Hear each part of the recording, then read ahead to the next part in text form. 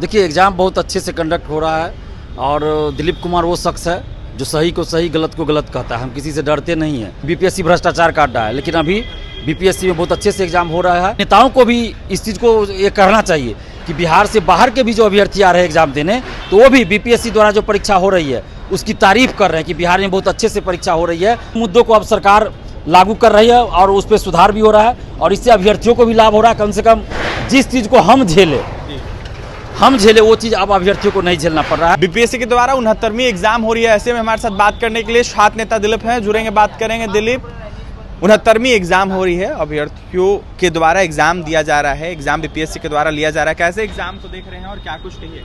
देखिए एग्ज़ाम बहुत अच्छे से कंडक्ट हो रहा है और दिलीप कुमार वो शख्स है जो सही को सही गलत को गलत कहता है। हम किसी से डरते नहीं हैं, ना ही हमको पद और पैसा का लालच है कि किसी के कहने पे कुछ बोल देंगे।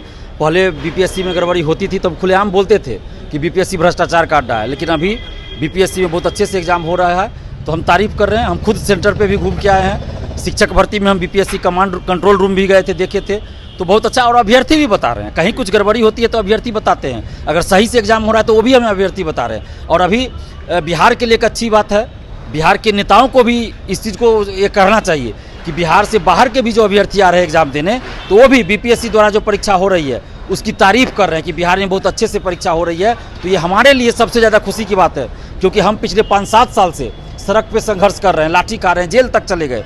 तो हमारे लिए बहुत खुशी की बात है कि कम से कम अब जो मुद्दे को लेकर हम चले थे उन मुद्दों को अब सरकार लागू कर रही है और उस पर सुधार भी हो रहा है और इससे अभ्यर्थियों को भी लाभ हो रहा है। कम से कम जिस चीज़ को हम झेले वो चीज़ अब अभ्यर्थियों को नहीं झेलना पड़ रहा है और सारी व्यवस्था बहुत अच्छे से कंडक्ट करवाई जा रही है परीक्षा।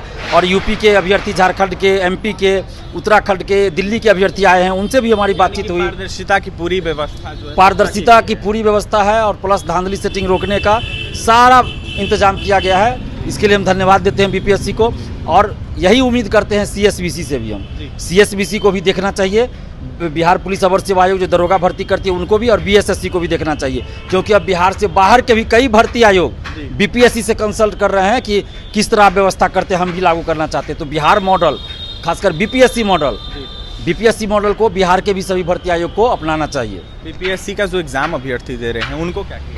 अभ्यर्थियों को हम यही कहेंगे, सबसे पहले तो सभी को हार्दिक शुभकामनाएं।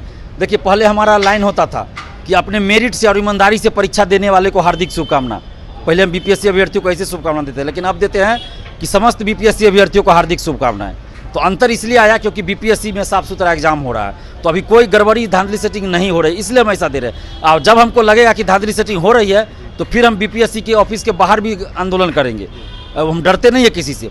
और अभी जो बीपीएससी मॉडल है परीक्षा कंडक्ट करवाने का, उसको सीएसबीसी और दरोगा भर्ती के लिए जो बीपीएसएससी बनाया गया है, बिहार पुलिस अवर सेवा आयोग, उसको और बीएसएससी यानी तमाम भर्ती आयोग को लागू करना चाहिए इस तरह का मॉडल। देखिए पारदर्शिता लानी चाहिए। ऐसे में जिस तरीके से बीपीएससी एग्जाम ले रहा है, इसको देखते हुए सीएसबीसी को भी कहीं ना कहीं इसी तर्ज पर काम करना चाहिए। छात्र नेता दिलीप 69वीं बीपीएससी परीक्षा को लेकर क्या कुछ करते हैं आपने सुना है। तमाम अभ्यर्थियों को शुभकामनाएं दी है दिलीप ने, तो वहीं तमाम प्रतिक्रिया आपने सुनी है। और तमाम खबरों के लिए MC24 के साथ बन रहे पटना से सहयोगी पंकज के साथ अभिषेक की रिपोर्ट।